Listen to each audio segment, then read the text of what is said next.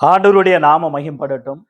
உங்கள் யாவருக்கும் ஆண்டவராக இயேசு கிறிஸ்துவின் நாமத்தினாலே என் அன்பின் வாழ்த்துக்களை சொல்லிக்கொள்ள ஆசைப்படுகிறேன். எனக்கு அருமையானவர்களே, இந்த நாளில் கூட சேஷுவதமாக நல்லது ஒரு பாடத்தை கற்றுக்கொள்ள பிதாவாகி தேவன் நமக்கு உதவி செய்வாராக. தேவன் யாருக்கு இரக்கம் செய்வான், யாரை கடினப்படுத்துவான்? தேவன் யாருக்கு இரக்கம் செய்வான், தேவன் யாரை கடினப்படுத்துவான்? நல்ல அருமையான ஒரு பாடம். தேவன் அற்புதமானவர், எல்லாருக்கும் இரக்கம் செய்கிறவர், எல்லாருக்கும் தயவு செய்கிறவர், எல்லாருக்கும் நன்மை செய்கிறவர். அவர் நன்மை செய்கிறவராகவே இருக்கிறார். நல்லவர் மேலும் தீயவர் மேலும் சூரியனையும் உதிக்க பண்ணி மழை பெய்ய பண்ணி நன்மை செய்கிறவராக இருக்கிறார் என்று பைபிள் கூறுகிறது நாம் பார்க்கிறோம். எனவே ரோமர் 9ஆம் அதிகாரம், ரோமர் கழுதின நிருபம் 9ஆம் அதிகாரம் வசனம் 15 வசனம், அவர் மோசையை நோக்கி, எவன் மேல் இரக்கமாயிருக்க சித்தமாயிருப்பேனோ அவன் மேல் இரக்கமாயிருப்பேன், எவன் மேல் உருக்கமாயிருக்க சித்தமாயிருப்பேனோ அவன் மேல் உருக்கமாயிருப்பேன் என்றார். ரோமர் 9ஆம் அதிகாரம் 15 வசனத்துல வாசிக்கிறோம். இந்த வாக்கியத்தை யாத்திராகமம் புஸ்தகம் 33ஆம் அதிகாரம் 19ஆம் வசனத்துல வாசிக்கிறோம். Exodus 33 verse 19. யாத்திராகம் 33ஆம் அதிகாரம் 19 வசனத்துல கூட பிதாவாகிய தேவன் அற்புதமாக எவன் மேல் இரக்கமா இருக்க விரும்புகிறனோ அவன் மேல் இரக்கமா இருப்பேன், எவன் மேல் உருக்கமா இருக்க விரும்புகிறனோ அவன் மேல் உருக்கமா இருப்பேன், எவனுக்கு நான் தயவு செய்ய சித்தமா இருக்கிறனோ அவனுக்கு தயவு செய்வேன் சொல்லி இருக்கிறான். தேவன் அப்படி என்றால் பட்சபாதம் உள்ளவரா? இல்லை என்று நாம் நினைக்கணும். எனவே யார் இரக்கத்தை பெறுவார், யார் தயவை பெறுவார் என்பது குறித்து நீதிமொழிகள் புஸ்தகம் 28ஆம் அதிகாரம் 13ஆம் வசனத்துல வாசிக்கிறோம். தான் பாவங்களை மறைக்கிறவன் வாழ்வாட மாட்டான், அவைகளை அறிக்கை செய்து விட்டு விடுகிறவனோ இரக்கம் பெறுவான். பாவங்களை அறிக்கை செய்து விட்டு விடுகிறவன், மனம் திரும்புகிறவன், ஆண்டவர் பின்பற்றுகிறவன், ஆண்டவர் ஆராதிக்கிறவர்கள், ஆண்டவர் ஏற்றுக்கொண்டவர்கள், ஆண்டவருக்காக பரிசுத்தமாக வாழ்கிறவர்கள் இரக்கத்தை பெற்று தயவை பெற்று அன்பை பெற்று அவரோடு கூட நன்மை சமாதானத்தை கண்டடைவார்கள், நன்மையா இருப்பார்கள். எனவே அருமையான கர்த்தருடைய பிள்ளை, நம்முடைய வாழ்க்கையில தேவன் யாருக்கு இரக்கம் செய்வான், யாரை கடினப்படுத்துவான்? அதே ரோமர் 9ஆம் அதிகாரம் 10 15 வாக்கியங்களை நீங்கள் கவனித்து பார்ப்பீர்கள் என்றால், அற்புதமாக 2 பிள்ளைகள் பிறக்கிறார்கள். அந்த 2 பிள்ளைகள் யார் என்றால் ஏசாவும் யாக்கோபும். ஆண்டவர் சொல்றார், ஏசாவை நான் வெறுத்தேன், யாக்கோபையோ நான் சிநேகித்தேன். மல்கியா புஸ்தகம் 1ஆம் அதிகாரம் 2ஆம் வசனம் 3ஆம் வசனத்துல வாசிக்கிறோம். அருமையான சகோதரர்கள் யாக்கோபும் ஏசாவும், நான் ஏசாவை வெறுத்தேன், யாக்கோபை சிநேகித்தேன் என்று சொல்லியிருக்கிறார். காரணம், அவர் யாருக்கு இரக்கம் காட்டுவாரோ அவருடைய விருப்பம், யாருக்கு தயவு செய்வாரோ அவருடைய விருப்பம், யாரை கடினப்படுத்துவாரோ அது அவருடைய விருப்பம் என்பதை குறித்து மறந்துவிடக் கூடாது. மத்தேயு எழுதின சுவிசேஷம் 20ஆம் அதிகாரம் 1 முதல் 17 18 வசனங்களை வாசிக்கிறோம்.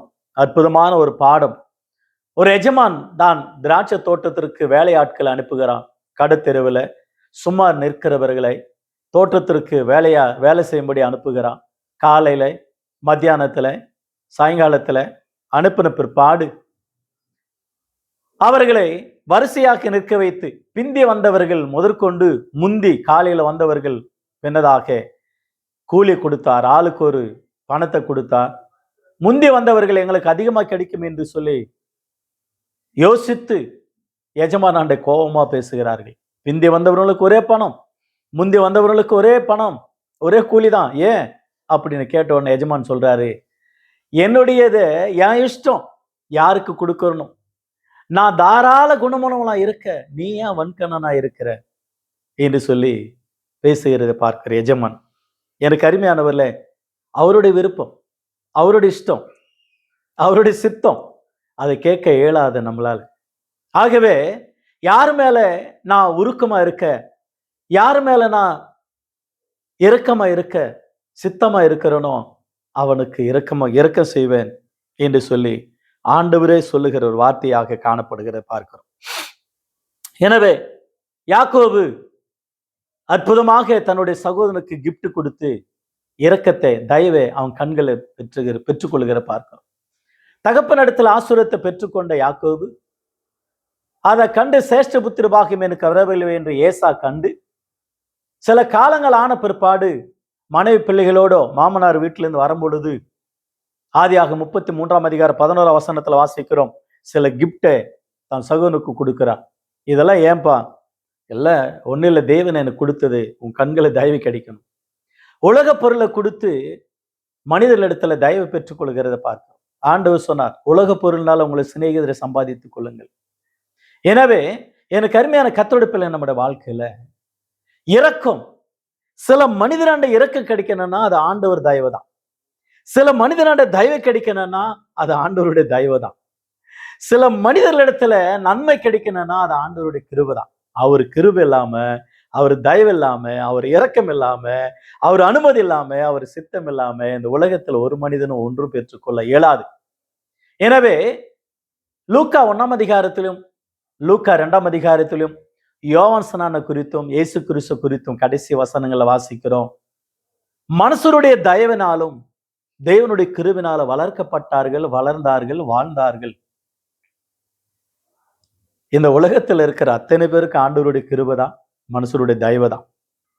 எனவே நினைவே பட்டணம் கொடுமையானது, கொடூரமானது, சாதாரணமானது அல்ல.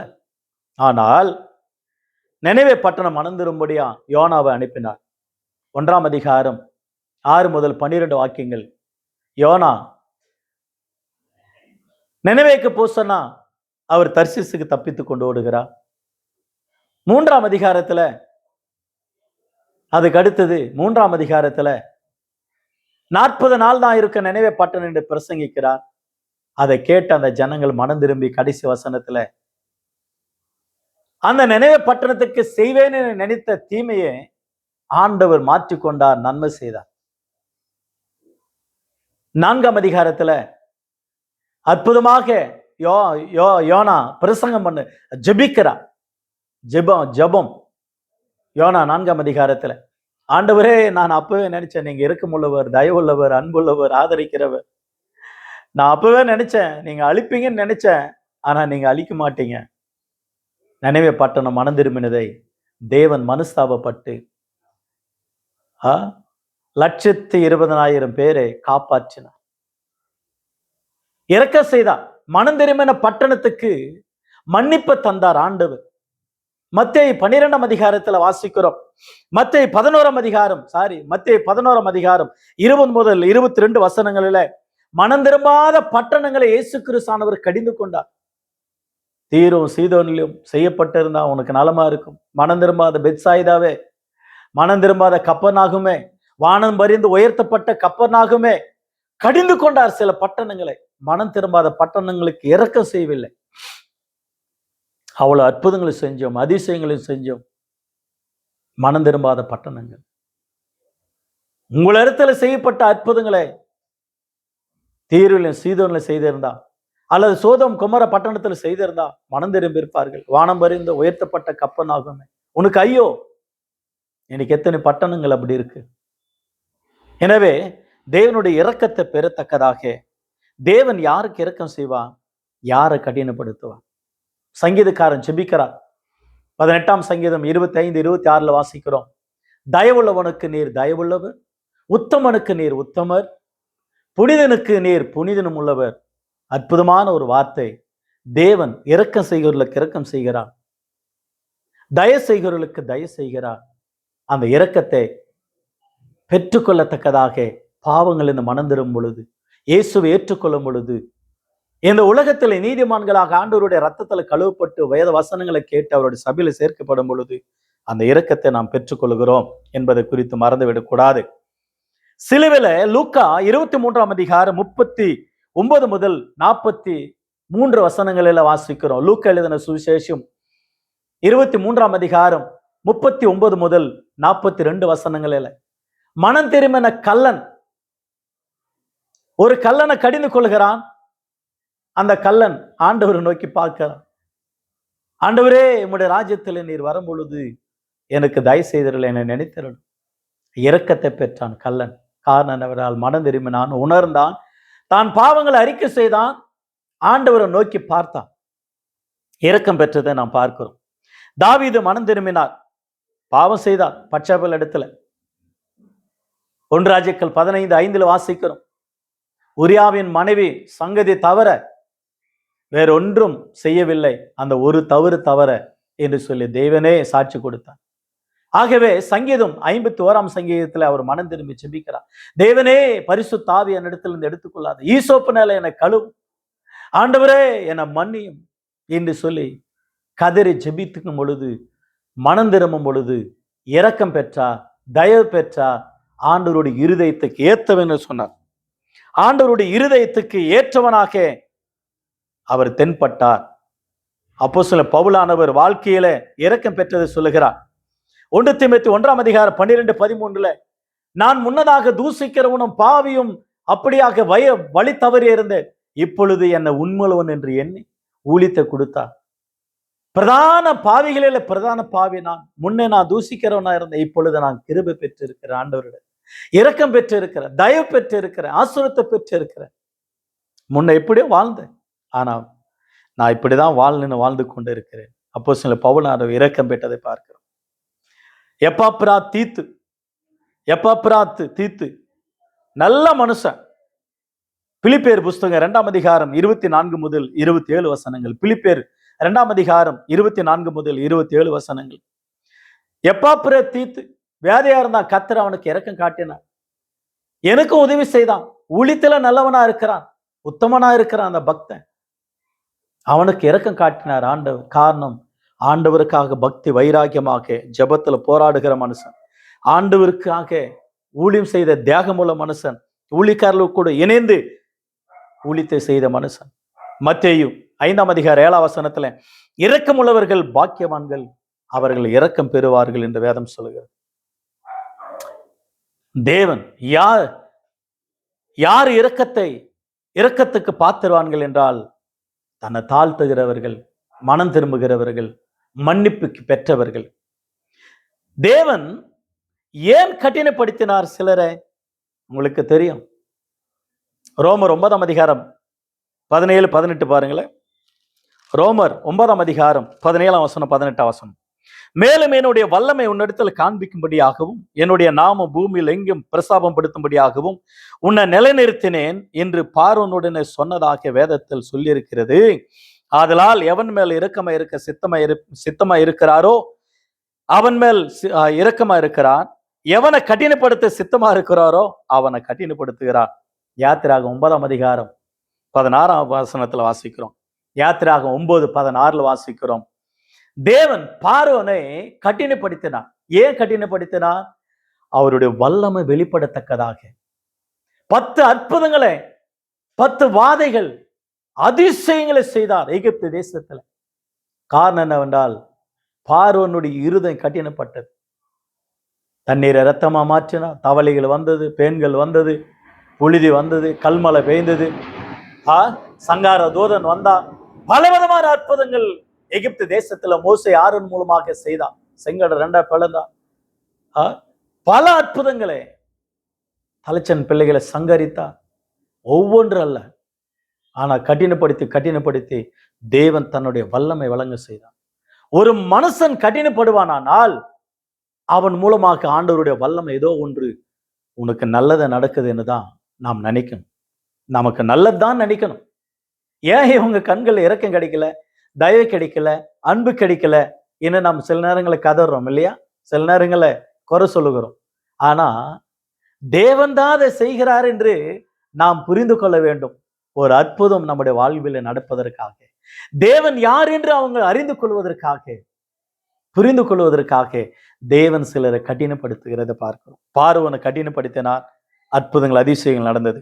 யாத்திராகமம் புஸ்தகம் 9:16 யாத்திராகமம் புஸ்தகம் 9:16 யாத்திராகமம் புஸ்தகம் 7:3 யாத்திராகமம் 7:13 யாத்திராகமம் 7:22 யாத்திராகம் 9:12 தேவன் பார்வோனை கடினப்படுத்தினார். ஏனென்றால் அற்புதம் செய்வதற்காக. தேவன் யாருக்கு இரக்கம் செய்வார், யாரை கடினப்படுத்துவார்? அந்த கடினப்படுத்துகிறது மூலமாக தேவன் யார் என்று நிரூபித்து காண்பித்தார். தேவனுடைய பிள்ளைகள் எப்படிப்பட்டவர்கள் என்பது குறித்தும் நிரூபித்து காண்பிக்கிறத நாம் பார்க்கிறோம். கீழதாக நாம் வாசிக்கிறோம்.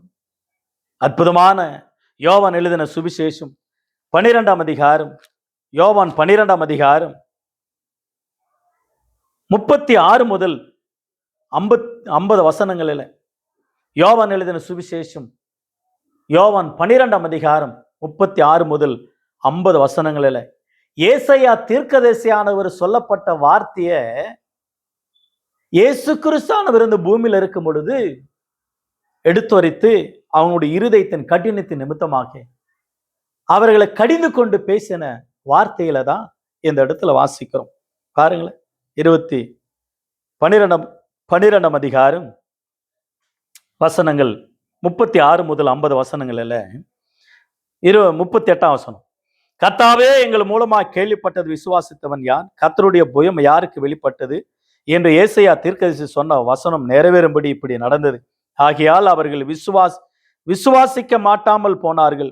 ஏனெனில் ஏசாயா பின்னும் அவர்கள் கண்களினால் காணாமலும் இருதயத்தில் உணராமலும் குணப்படாமலும் இருக்கும்படியாக நான் அவர்கள் ஆரோக்கியமாக்காமல் இருக்கும்படியாக அவர்களுடைய கண்களை குருடாக்கி அவர்கள் இருதயத்தை கடினமாக்கினார் என்றான்.